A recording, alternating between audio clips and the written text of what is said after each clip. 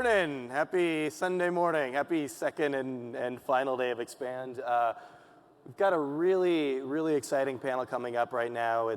We've got someone from JBL, somebody from the Google Lunar X Prize, got a gentleman who's making a space elevator. It's actually an incredibly exciting time for space exploration. I'd say we've got all sorts of commercial space startups happening right now. There's a lot of excitement around unmanned space exploration. So if we could actually bring out all the panelists right now. Come on out.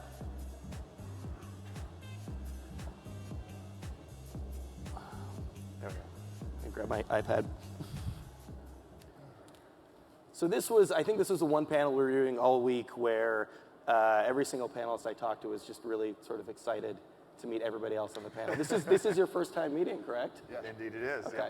So we've got Michael Lane at the end with LiftPort, Tom Rivellini in the middle, JBL. They call you the 7 Minutes of Terror guy. Is that what you're known as around the internet? And Alex Hall right next to me from the Google Lunar X Prize. So broadly, we're calling this space exploration after the shuttle. It's been kind of an interesting time for space exploration over the past couple of decades.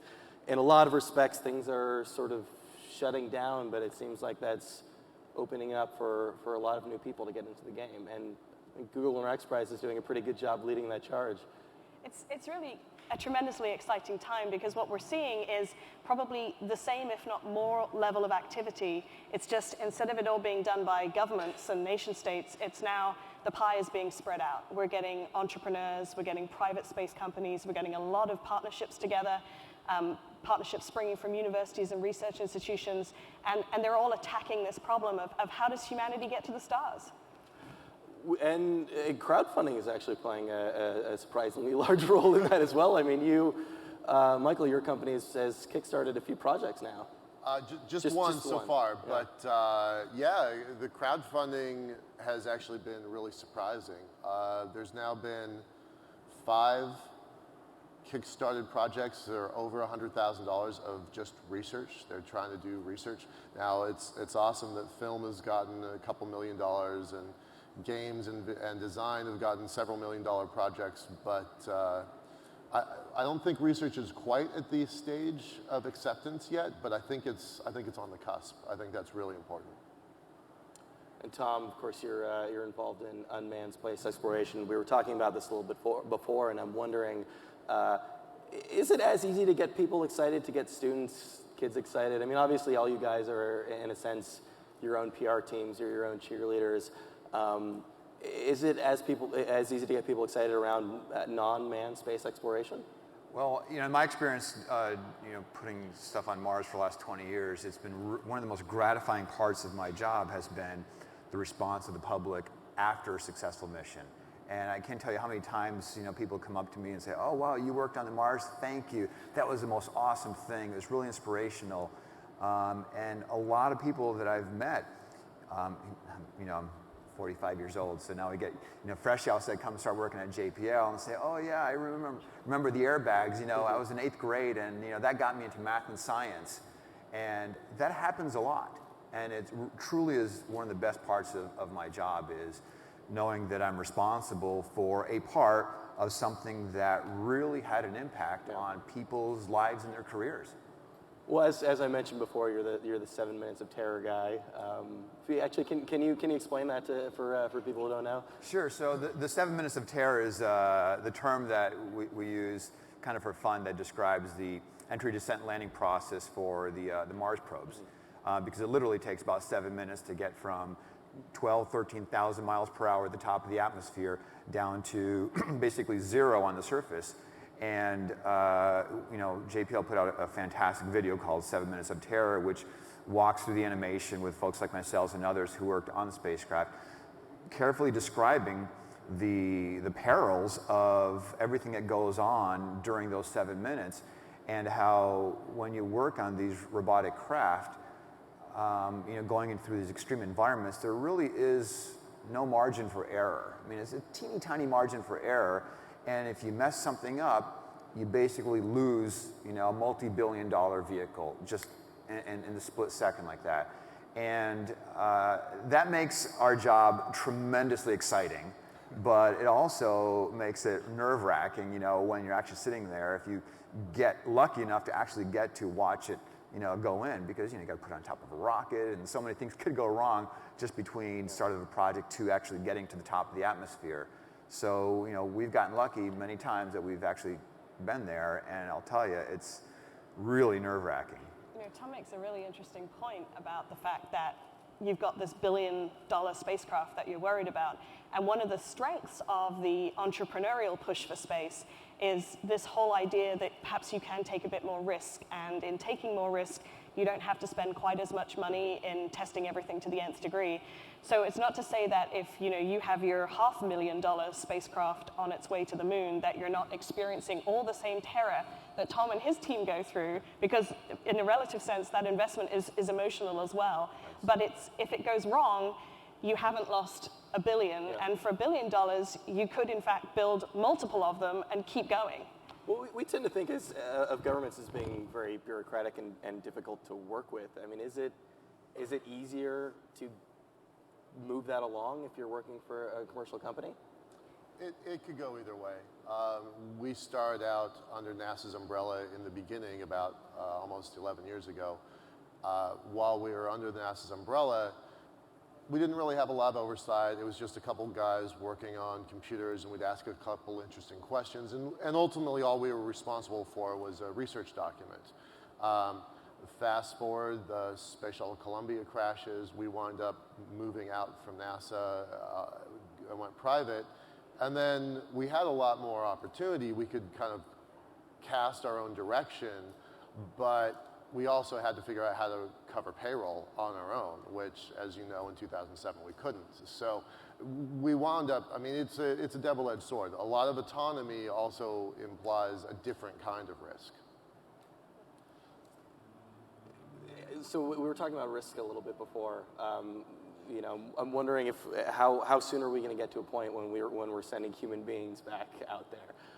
You know, we've got a rover on Mars. I mean, it certainly seems to be something that NASA is kind of sort of working towards, or are we going to have to wait for a commercial company to come in and kind of take that torch? Well, so I mean, so there's a couple of things going on. Right now, NASA is investing in a replacement for the shuttle. It's an Apollo capsule type vehicle called Orion. And one of the pacing items there, one of the things that really slows down that effort is risk tolerance, right? You know, NASA and the astronaut corps really want to make this a safe vehicle that can last, you know, a long time and shuttle folks up and down a lot and have lots of flexibility. But that costs a lot of effort, and all that effort basically is money and time. And you know, NASA takes, you know, spending the public dollar very seriously. So they don't want to just, you know, willy-nilly go out and take risk. And the astronaut corps is also very sensitive about not putting their astronauts on top of something that's, you know, most likely going to fail. So they really want to make sure that there's ways of keeping the astronaut corps safe. But again, those things slow down progress, and which is one of the fantastic things about the Apollo program, which was, you know, we had a goal. It was a Cold War era goal. And so risk be damned, we're going to make this thing happen. And the astronauts, they all signed up, and they signed the dotted line, and I know I could die on this thing. And heck, you know, they made a tremendous amount of progress in a very short amount of time. And so now the commercials are getting involved, SpaceX and so on. And the fantastic thing about that is that they can take on a different risk posture as long as they're spending their own dollar. And that is accelerating progress outside of the NASA realm, giving NASA a bit of a run for its money, which is really good. Yeah.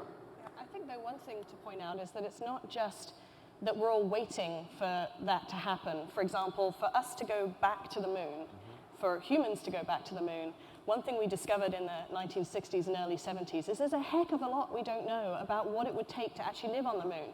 We've been on it for, you know, hours, days. I mean, really nothing. Right. We know that there are a lot of problems. We came back knowing that, hell, that lunar dust is really challenging. There are many, many issues to actually putting humans on the moon. So while it might take, you know, a decade or more for human transportation to the moon to become safe and reliable, actually it really wouldn't be appropriate to do it now because there's just so much we don't know that we need our robot friends to go and do first. I mean, this is what is so exciting about the opportunities for entrepreneurs and private space entities to get involved now is that it isn't either or, it's both. It's how do the private entities work to go and find out the answers to some of these critical questions, and maybe their customer in many cases is the government entities who are saying, hey, we need data on this dust, we need data on these electrostatic problems, we need data on ground truthing what we're finding from the satellites that are orbiting the moon. And you guys, you go do that. You go do that with your small rovers, you go do that with your exploration vehicles, your hoppers, whatever. And we're interested in what you find out because that's going to help us in terms of planning for humans to safely return to the moon. Well said, absolutely. Absolutely. How has NASA have they been receptive to a lot of these commercial companies? I mean, obviously they're working with, SpaceX is working to get stuff up to the International Space Station. I'm wondering how much they're actually welcoming all these smaller companies. They're very welcoming. General Bolden was a two-star Marine Corps general before he became the NASA administrator, and he basically risked his career by becoming the administrator and putting an awful lot of resources towards a commercial development. SpaceX gets a lot of credit, and they deserve it, but there's actually a lot of folks behind in the background working on different projects that are also commercially driven. NASA took a big risk, and I was actually fortunate enough to be in Washington, D.C. last May. On one screen you had SpaceX's mission control. On another screen you had NASA's mission control, and then in the middle at the podium you had General Bolden talking about what this partnership was happening as the ship was docking. And the man basically put his career on the line. And it's not just for SpaceX, it's for the whole fleet of development in commercial space. So it's, I think it's pretty exciting. I think it's important. I mean, NASA actually launched a couple of years ago a contract, a competitive contract called the Innovative Lunar Demonstration Data Contracts, which was a $30 million pot that was available to private entities that could produce data and technologies relevant to returning to the moon. So many of the Google Lunar X Prize teams competed, and some of them won these contracts to actually provide the kind of data and information I've been talking about back to NASA. I mean, so it's not sort of a hypothetical, is NASA welcoming? There's plenty of hard evidence that the partnership is already there and very, very strong indeed. And we expect that to continue, not just with NASA, but the Google Lunar X Prize has teams all over the world. And even though for that prize, they have to limit themselves to being 90% privately funded, the relationships are forming with the different space agencies, with the different research institutions around the world, because there's interest. Like, wow, if you guys can actually do this in the next couple of years, particularly from the science community, who typically have to wait 5 to 10 years if they're lucky for something to happen, they're kind of like, wow, I could put a detector on this and get it on the moon in 2 or 3 years instead of waiting for my mission to get canceled in 5 years' time.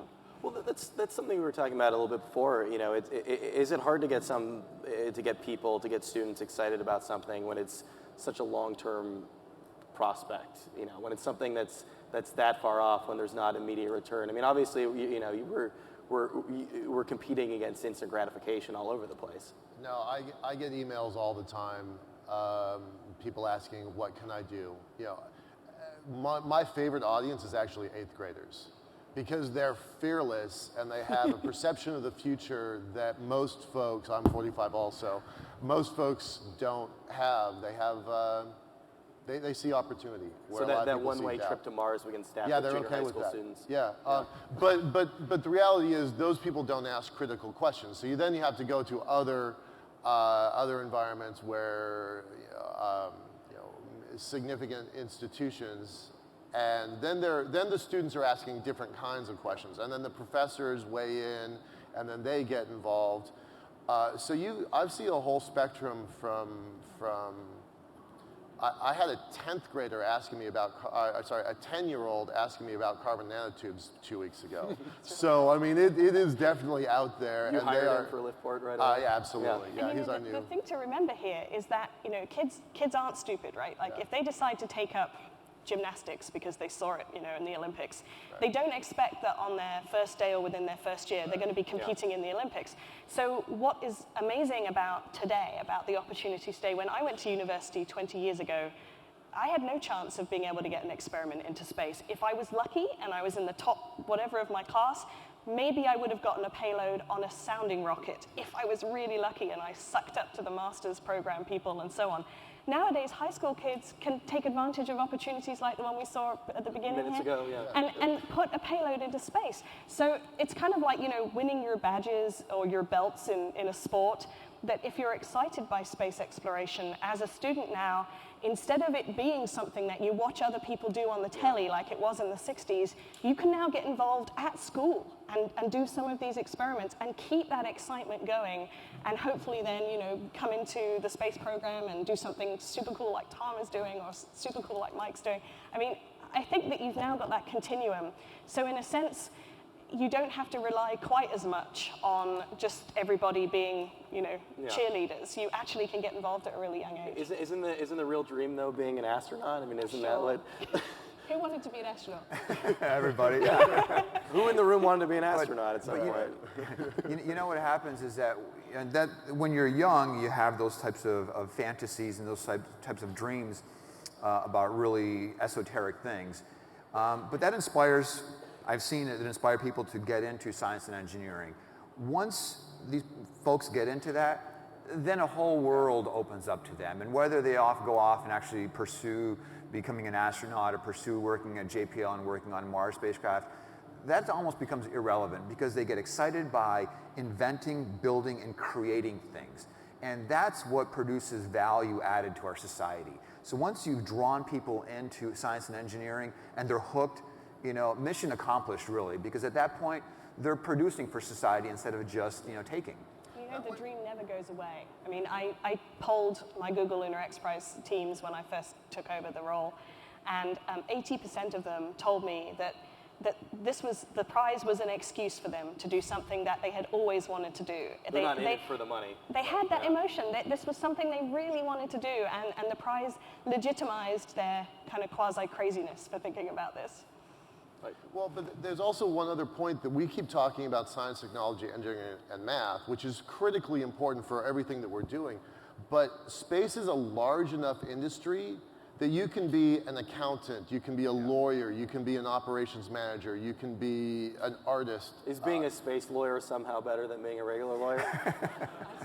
I'd say a little tiny bit, but because we were talking about bureaucracy earlier, and that's and risk assessment, and that's kind of that's one of the main things that makes it so difficult to launch a rocket, for example. Well, because there's so many parts involved. You've got, I know, a big chunk of the ISU class is in Washington, D.C., because we have a phrase that says politics always wins. And politics is a significant part. Risk management, we talked about insurance earlier. Those are factors in this, too. We all get to talk about, how awesome it is to work on the technology. The widgets that we build are pretty cool, but there's so many other elements. So when we talk about students and they want to be involved with a project and want to see what they can do, the default answer is science, technology, engineering, and math. But the reality is it's much bigger than that. And basically, if you have a skill and you want in this industry, there's a place for you. That's a message that sometimes gets missed. Yeah, I concur with that. And I do think if you're at a bar and you're an accountant or you're a space accountant, Sure. I mean, which one's going to get? Sure. I will say that we did a big piece and went around, which is how we originally spoke to all of you guys, and pretty consistently the happiest people, everybody I talked to told me, like, regardless of what they did, that they had the best job in the world. So you don't get that in a lot of industries. What about the moon? I mean, is it hard convincing people to get excited about going back to the moon? Have we been there and done that? We hit a golf ball on the moon. We're good, right? I don't know, Alex, do you get that? I get that mixed sometimes. I get that question, Yeah. and it's usually because there isn't an appreciation of actually how very little we did on the moon as humans. I mean, clearly we've had robot spacecraft circling the moon and busy sending back lots of information, and all that's done really is help us appreciate how much more there is to learn. We really now need to go and ground truth this. And now what we're seeing is the moon as a new outpost, as maybe one of the stepping stones for our future exploration of the solar system, and a place where it's kind of close enough to home. We could go and test a few things out. We can try some ideas. You know, it's not too far away if we really, screw it up and need to come back home quickly, unlike Mars. So the moon is sort of a safer place in many respects to go and start trying out some of these technologies and some of these ideas that we're going to need in the future for exploration. Of course, the easiest place to try some of these things is here on Earth, and I think a lot of people don't realize that many of the technologies that we're looking at for using on the moon for resource utilization, there are a lot of things going on Earth within the mining industry, for example, looking at how you might take volcanic basalts, very similar to what's on the moon, and make a landing pad out of them, how you might make roadways, how you might take what is effectively dirt and get rocket fuel out of it. A lot of those experiments are going on here on Earth, and so there are opportunities for people and companies to get involved now in that technology development. And the fact that we eventually want to transplant that to the moon once, Google Lunar X Prize teams and governments have put in place the infrastructure to do so, that's like the future goal. But you can be doing that sort of stuff here and now, and it's very useful. And Michael, you kind of see it as a waypost. I mean, this is a gateway to getting elsewhere, right? Yeah, absolutely. I look at going to the moon. I'm a capitalist by heart. I mean, by nature, I'm a capitalist. So I look at what are the opportunities there.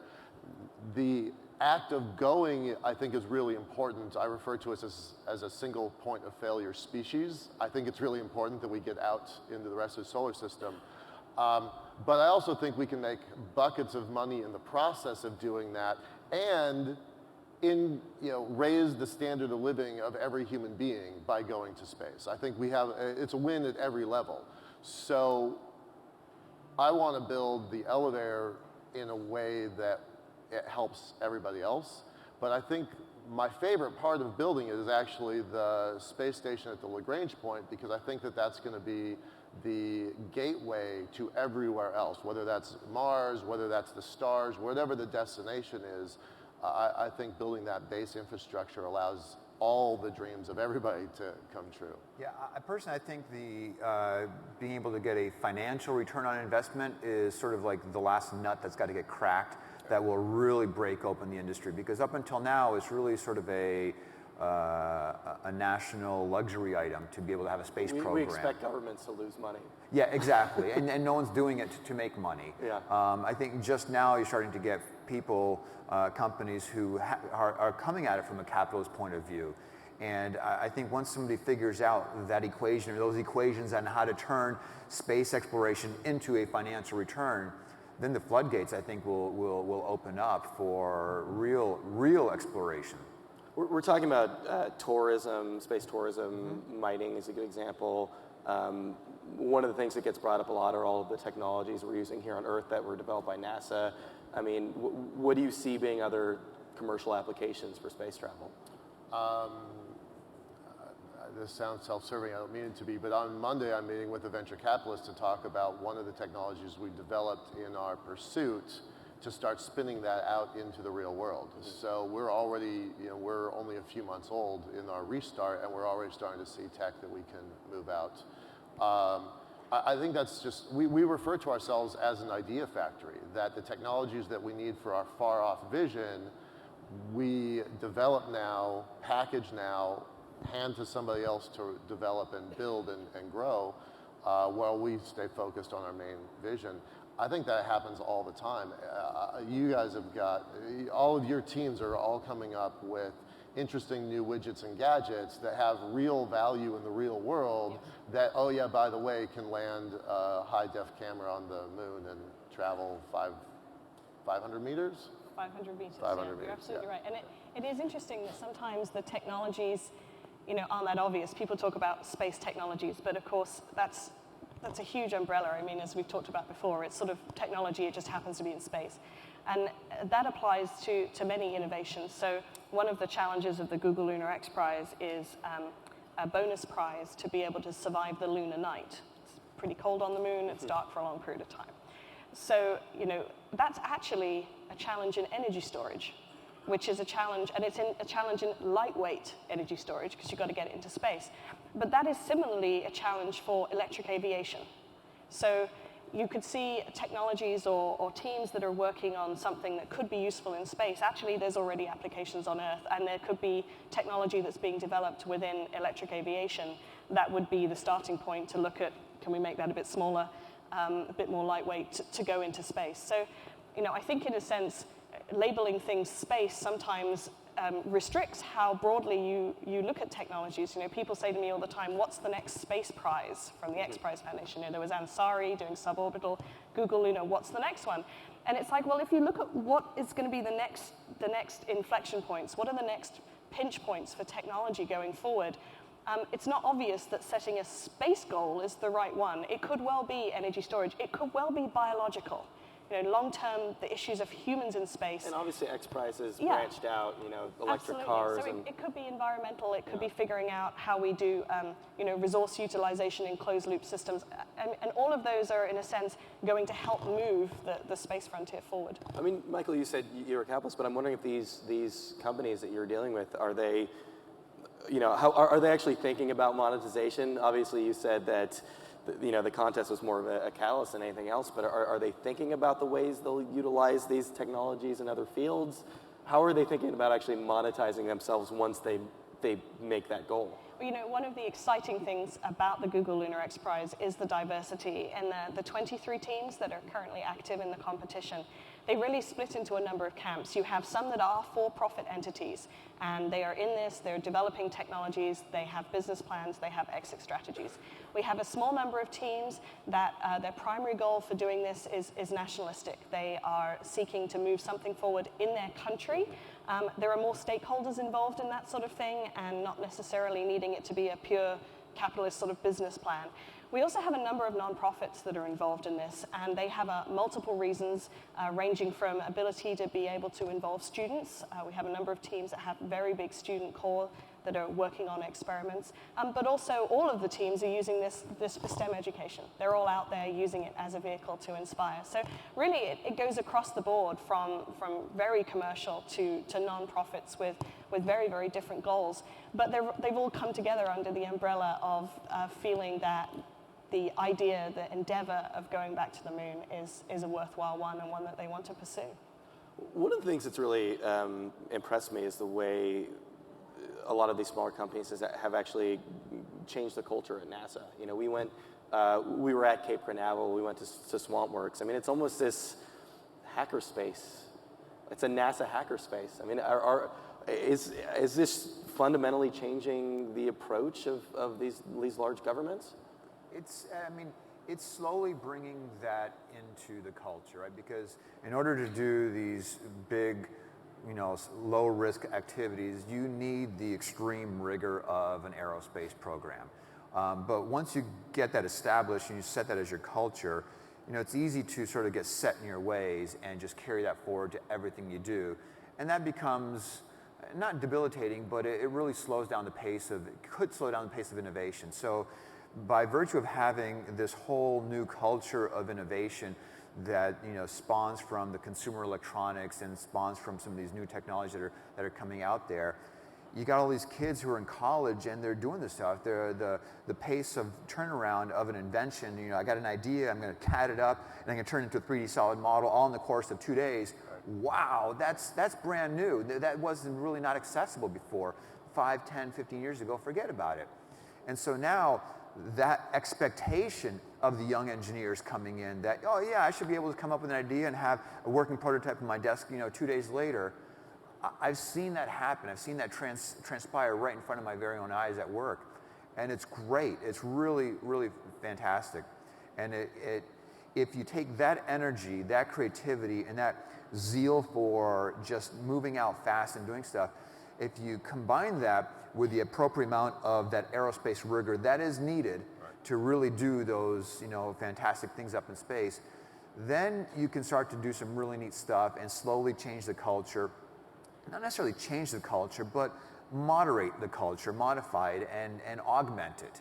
Because it doesn't, we always think of changing to good and bad and things like that, but it's not good or bad. It's a matter of how do the engineers that are going to start filling in the workforce, how do they think? The Gen X, the Gen Y, the whole Gen culture type of thing. Well, that's very real. It's a mindset, it's an expectation, and it's a way of doing business. And whether we like it or not, it will change the culture of NASA. It will change the culture of big aerospace, because those are the next leaders. And what I think personally what's very important is that we don't throw out the baby with the bathwater, because that rigor that is needed to make these big aerospace projects work has to be preserved and has to adapt to a changing pace of development and exploration. And when those two things, when those two cultures start to really find a way to mesh well, I think that's going to be real magic. And I think it's only a handful of years out there before that really takes hold. Certainly, because the Google Lunar X Prize is international, I end up having to work with space agencies all over the world. And very recently, I was at an event involving the UK Space Agency, which doesn't actually have there's no UK team in the Google Lunar X Prize, unfortunately. But what is interesting about the presentation that I saw from them is that they were saying, look, here's this expertise that we have in space as a government and with big private companies, and we want to set up some kind of opportunity, some kind of incubator, some kind of ability for people with ideas for applications of space technology to come to us and figure out how we can work together. And so that dialogue is very real and is happening. It's happening at different paces. I'd say it's definitely a step ahead in the US right now, because kind of new space really started here. But it's now starting to spread. And I've even seen it over the course of the last couple of years in going back and forth to Europe that the Google Lunar X Prize had a real giggle factor a couple of years ago when I would go to conferences in Europe and I'd start talking to scientists, and they were all like, you're not serious, right? And then now it's like they're thinking, well, hang on a minute, this looks like it's very real, and we need to be part of this, and how do we get to be part of it? So a lot of it is just waiting for that change to happen and being able to get the establishment on board with the idea that it might be a little scary, but this is a possibility, and that you should start thinking about what the benefits are to this, and how you can get involved. So if capitalism is driving these smaller companies, and if the Cold War in a sense kind of drove it back in the 60s, what is it that's driving all of these other countries? I mean, obviously more and more countries are getting involved every day, it seems like. What's driving them into space? That's almost exclusively Earth observation. It's especially true for countries that have either a very large land mass and they want to monitor whether it's forests, or Indonesia's monitoring coal, or India's monitoring whatever, and like Brazil, all of these nations that have a huge land mass tend to be the ones trying to use Earth observation systems just to manage their people, their resources. There's something like 40 different space agencies. People think about NASA first because the United States' budget for space is 80% of the world's budget for space, between NASA and the Air Force and NRO and NSA and those folks. We really do put an awful lot into space resources, but Mexico's building a space agency. Australia's in the process of creating one. South Africa's creating a space agency. Like, these nations are starting to come online and say, okay, we can use resources in space to manage and work with our people better down here on Earth. And so that's starting to happen also. I see two other things. I think, number one, prestige. Obviously, that's a very big one. Yeah. Hey, we've been able to do this. That puts our country in a higher category of accomplishment than their peers, and I think that's a very big one. The other one, I believe, is pursuing the catalyst effect, right? Yeah. If we invest in this high-tech industry, it will have many spin-offs. It'll have the catalyst effect of developing engineers and scientists and other folks in other areas that then go off and migrate into other business and other industries and raise that level as well. So I think countries get that, and that's one of those two things I think are also driving the investment in space. Great. I think we've got some time for some Twitter questions. This is one from Delilah. She wants to know what is the bigger challenge, moving people from Earth to space or housing them when they arrive?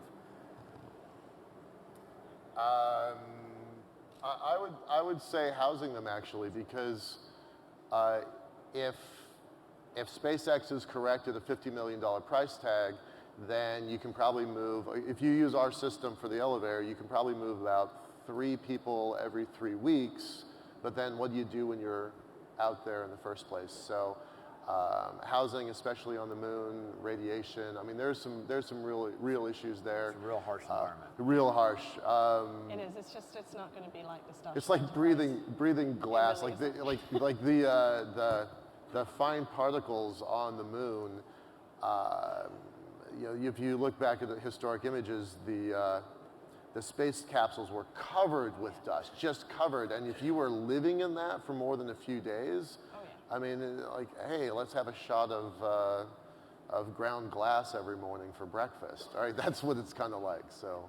Yeah, it's a really nasty environment. Yeah. It's one of the reasons I think that's even if all these other technological material science and so on moves forward, I think my personal opinion is ultimately human exploration is going to be handicapped by the humans and figuring out how we deal with being off Earth and how we deal with being in this exceptionally hostile environment, because unfortunately it's not going to be like it is in the movies with artificial gravity and all the rest of it. Well, obviously we're seeing some really exciting work on that front. I mean, the one that jumps to my mind, again, when we were at SwampWorks, they're working with the USC to develop, to actually essentially send a 3D printer to the moon that can develop structures out of that. I mean, what other sorts of exciting housing projects are there on the moon?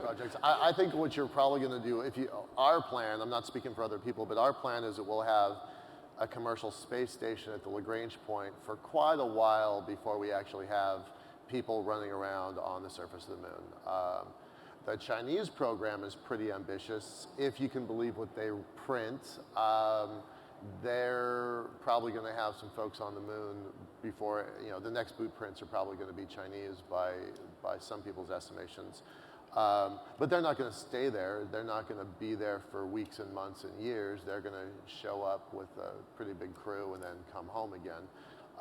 So I think the simplest thing is create a space station at the Lagrange point that has access back and forth to the moon, and we'll put robots on the moon, harvest the lunar surface, harvest the lunar regolith, bring that back to the space station, pound it into glass, use that for solar panels, and move those solar panels back towards.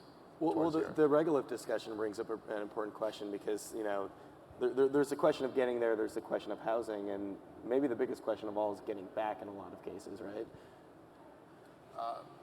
I don't know. Getting back, I mean, soft landing on Earth, we kind of know how to do, right? So one way or the other, I think we're okay with that one. There's some fuel concerns once you get there. I mean, certainly when we're doing unmanned vehicles, we're not expecting to get them back at any point for a lot of them. Well, I mean, I think we're talking about landing on either the moon or Mars or something like that, and then coming back, and that's really hard, because you've got to basically put a launch vehicle down on another body and then get that back up, and so that is really, really hard, just because of the logistics and the amount of mass and the amount of infrastructure required to make that happen. One of the things that I think is really exciting that's going on recently is Dennis Tito's announcement that he wants to fund a round-trip mission around Mars with a couple people. That will be really, really exciting if they're actually able to pull that off. Even if they don't actually pull it off, but you make all the steps to get there and develop that work and develop that system, I think it's going to be really neat. I'm really looking forward to that.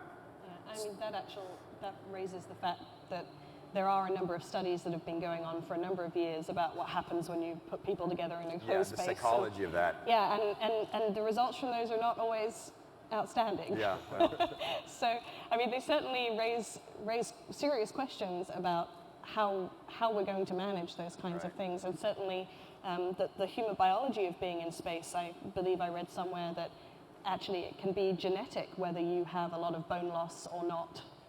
Some astronauts do, some don't, and maybe there's a genetic link there. So, there could be all kinds of factors coming into play as to whether you can be a long duration space inhabitant or not. What are some of the crazier proposals you guys have seen? Crazy, but I guess feasible out there.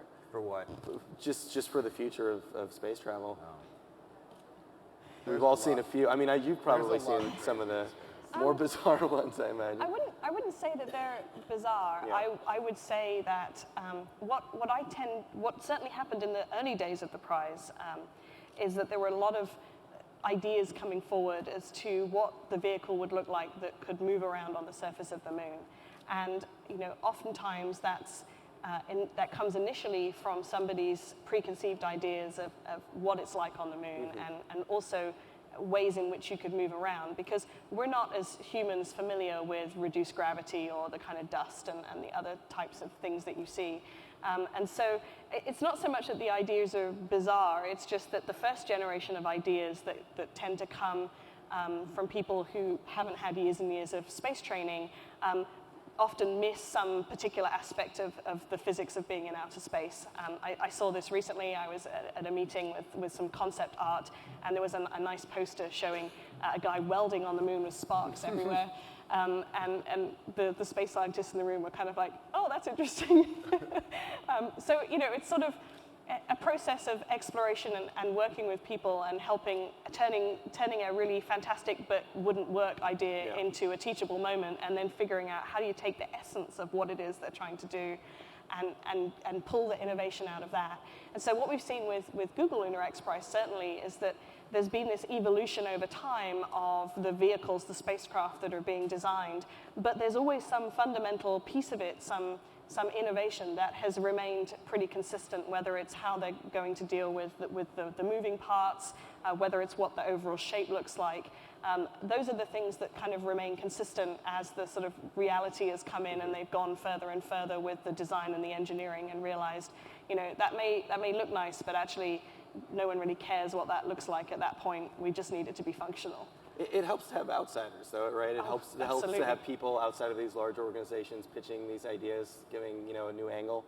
Yeah, strange outsiders have kind of been helping us for a little while. The folks at CCP Games have got a video game, and it's EVE Online. It has 500,000 players, and they've got the space elevator as a significant component in their game. And through the Kickstarter, I wound up meeting the CEO of the company, and they're actually really interested in what we're doing, to the point where they're going to probably get involved with this project. So having outsiders, people from very unexpected places get involved with your project can be really, really, have some really unexpected value. You get ideas from places you wouldn't expect. You get people checking your math from the outside. That's always useful. So yeah, it's been fun. Charles wants to know, why did space travel seem to stutter for so long to nothing? And he also wants you to know that he's a fan of the National Space Center and likes your. Okay. Why did it stutter for so long? Why did space travel? Why did space travel? I think it's essentially talking about the end of the shuttle program. Oh, sorry. I would have answered that two different ways. It stuttered the first time because we beat the Russians, and then we didn't have a reason to go anymore, and the cost of continuing to go to the moon versus the cost of beating the red threat in Vietnam, however you wanted to phrase that, that ended the first space program, I think. And then the space shuttle, I drive a '74 Porsche convertible, right? There is something wrong with that car every single week, okay? I like it, it's still my favorite car, but the space shuttle was designed in the 70s to fly in the 80s. There was something wrong with that thing all the time, and frankly, it's lucky we had as few mishaps as we did. I have a lot of respect for the folks that flew the space shuttle, the folks that built the space shuttle, the folks that designed it, but it was definitely time to retire that. My frustration is with the politics that made the decision to cut the program, but didn't back the resources, the financial resources and the time to get the replacement flying sooner. We should never have had that gap. That should never have happened. I'm actually, yeah, we're kind of, I know, we're out of time, I'm sad to say. But you guys will be around today, hopefully, if people want to follow up. We'll be around. Great, thank you so much. Thank you.